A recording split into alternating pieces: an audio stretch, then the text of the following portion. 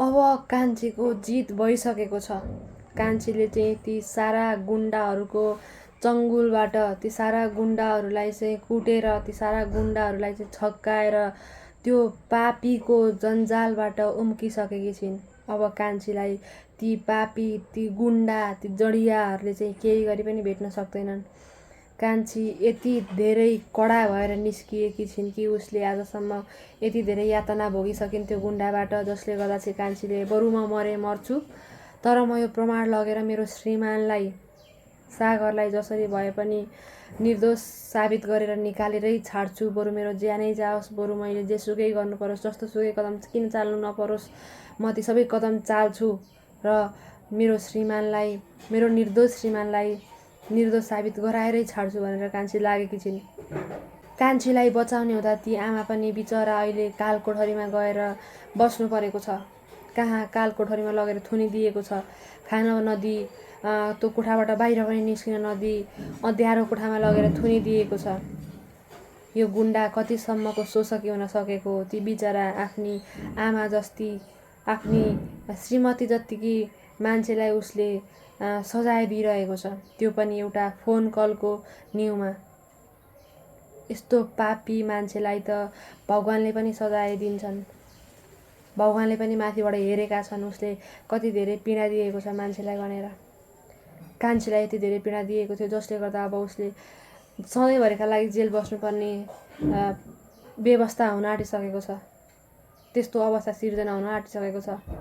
किनकि अब कान्छी त्यो पापीको चङ्गुलबाट चाहिँ आफ्नो श्रीमान निर्दोष हुने त्यो प्रमाण बोकेर त्यहाँबाट भागिसकेकी छिन्। कान्छीलाई पछाडिबाट दाउराले भुवाक्क हानेर ड्याम्म ढालिदिँदा पनि कान्छी आँटिलो भएर कडा भएर चाहिँ उल्टै ती गुन्डाहरूलाई हान्न सक्ने भएकी छिन्, उल्टै ती गुन्डाहरूलाई ढाल्न सक्ने भएकी छिन्। कान्छी यति धेरै कडा भइसकेकी छिन् कि त्यस्ता गुन्डाहरूलाई त उसले सजिलै छक्काउन तह लगाउन सक्ने भएकी छिन्। किनकि मान्छेलाई तनको घाउले भन्दा पनि मनको घाउले धेरै कडा बनाउँछ। कान्छीलाई त्यो गुन्डाले दिएको पीडाले चाहिँ धेरै कडा बनाइसकेको छ। जसरी भए पनि म यो पापीको जन्जालबाट निस्किएरै छाड्छु भन्ने एउटा अठोट बनाइसकेकी छिन् कान्छीले। त्यसैले गर्दा त उसले त्यस्तो पापीको चङ्गुलबाट पनि भागिन् त। फकाई त्यो गुन्डालाई रक्सी खान लाएर म पनि पिउँछु, ए हजुर हजुर पनि पिस्यो न, अझै पिस्यो न भन्दै फकाउँदै चाहिँ कान्छीले रक्सी धेरै पिउन लाएर चाहिँ आज त हाम्रो सुहाग रात, हजुर धेरै रक्सी खाइसु, म पनि खान्छु, मैले त जिन्दगीमा कहिले खाएको छैन र पनि म खान्छु, हजुरले पनि खाइस्यो भन्दै कान्छीले फकाउँदै त्यो गुन्डालाई धेरै रक्सी खुवाएर चाहिँ अहिले अन्तिममा आएर चाहिँ कान्छीले त्यो गुन्डालाई छक्क्याएर भागेकी छिन्। अबको दिनमा सागर छुट्नेछन्।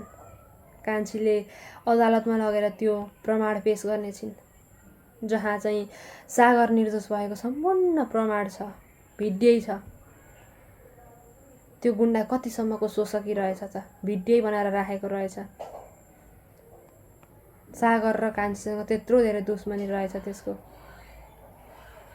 कान्छी र सागर त्यति माया गर्ने चखेवाको जोडी जस्तो जोडीलाई उसले डिभोर्स समेत गर्न लगाएको छ। डिभोर्सको त के कुरा गर्नु, उसले डिभोर्स गर्न लगाएर आफूले समेत बिहे गरिसकेको छ कान्छीलाई। कान्छीको केही लागेन। उसले कति हार गुहार गरिन् त्यो पण्डितलाई नै, प्लिज मलाई यहाँबाट निकालिदिनुहोस्, नत्र यहाँबाट गएर भए पनि हजुरले प्रहरीलाई खबर गरिदिनुहोस्, म यस्तो अप्ठ्यारोमा छु, मलाई यति सहयोग गरिदिनुहोस् भनेर भन्दा पनि त्यो पण्डितले मानेन। किनकि त्यो पनि बाहुन हो, बाहुन भनेका त पैसामै मर्छन्, पण्डित चाहिँ पैसामै मर्यो। उसले सत्यलाई साथ दिन सकेन, पैसा भएपछि उसका नेत्र बले।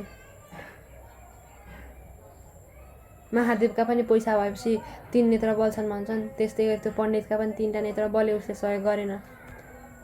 बिचरा सहयोग गरेकी ती आमालाई पनि कहाँ कालकोठरीमा लगेर कहाँ खाना नदिइराखेको छ।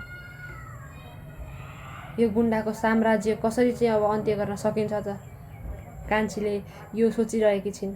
अब कान्छीले नै यो गुन्डालाई अन्त्य गर्ने छिन्। कान्छीलाई कति गरेर, कति हेला गरेर, कति कुटेर कति खान नदिकन कति रुवाएर कति बाँधेर राखियो त्यो घरभित्र। घरदेखि बाहिर निस्किन दिएको छैन अहिलेसम्म। 1 महिनाभन्दा बढी हुन आँटिसकेको छ। बल्ल कान्छी भागेर बाहिर निस्किन सफल भएकी छिन्, तर पनि त्यसका गुन्डाहरूले छाप्ती खोजिरहेका छन्। अब कान्छीले त्यो पेन ड्राइभमा भएको भिडियो चाहिँ अदालतमा लगेर पेश गरे पछाडि त्यो गुन्डा र ती गुन्डाका सबै साथीहरू चाहिँ जेल जानेछन्। कान्छीले त्यत्तिकै चाहिँ छाड्दिनन्। भनिन्छ नि, जसरी भए पनि सत्यको नै जित हुन्छ।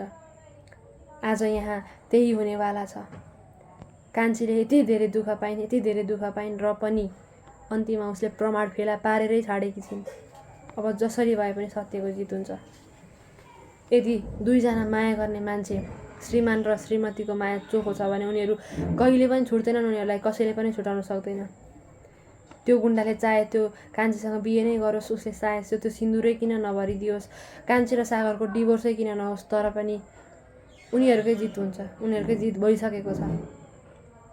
उनीहरूको चोखो माया थियो, जसले गर्दा उनीहरू निस्वार्थ प्रेम गर्थे, जसले गर्दा उनीहरू फेरि एक हुनेवाला छन्। कान्छीले सागरको निर्दोष भएको प्रमाण भेट्टाएकी छिन्। अब त केही न केही त पक्कै पनि हुन्छ।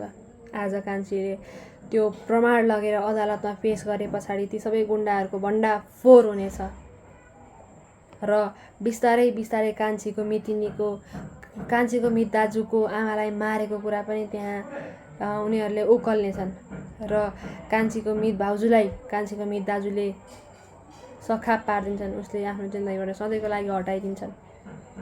आफ्नै घरका मान्छेलाई मार्न सक्ने भनेपछि कतिसम्मका शोषकी रहेछन् तिनीहरू। त्यो पनि कान्छी र सागरलाई दोषी ठहराउनको लागि।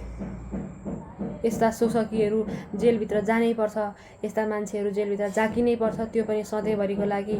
यस्ता मान्छेहरू कहिले जेलबाट बाहिर निस्किन नपाउने गरी जाकिनुपर्छ। तपाईहरूलाई कस्तो लाग्छ कमेन्ट गर्न नबिर्सनुहोला। धन्यवाद।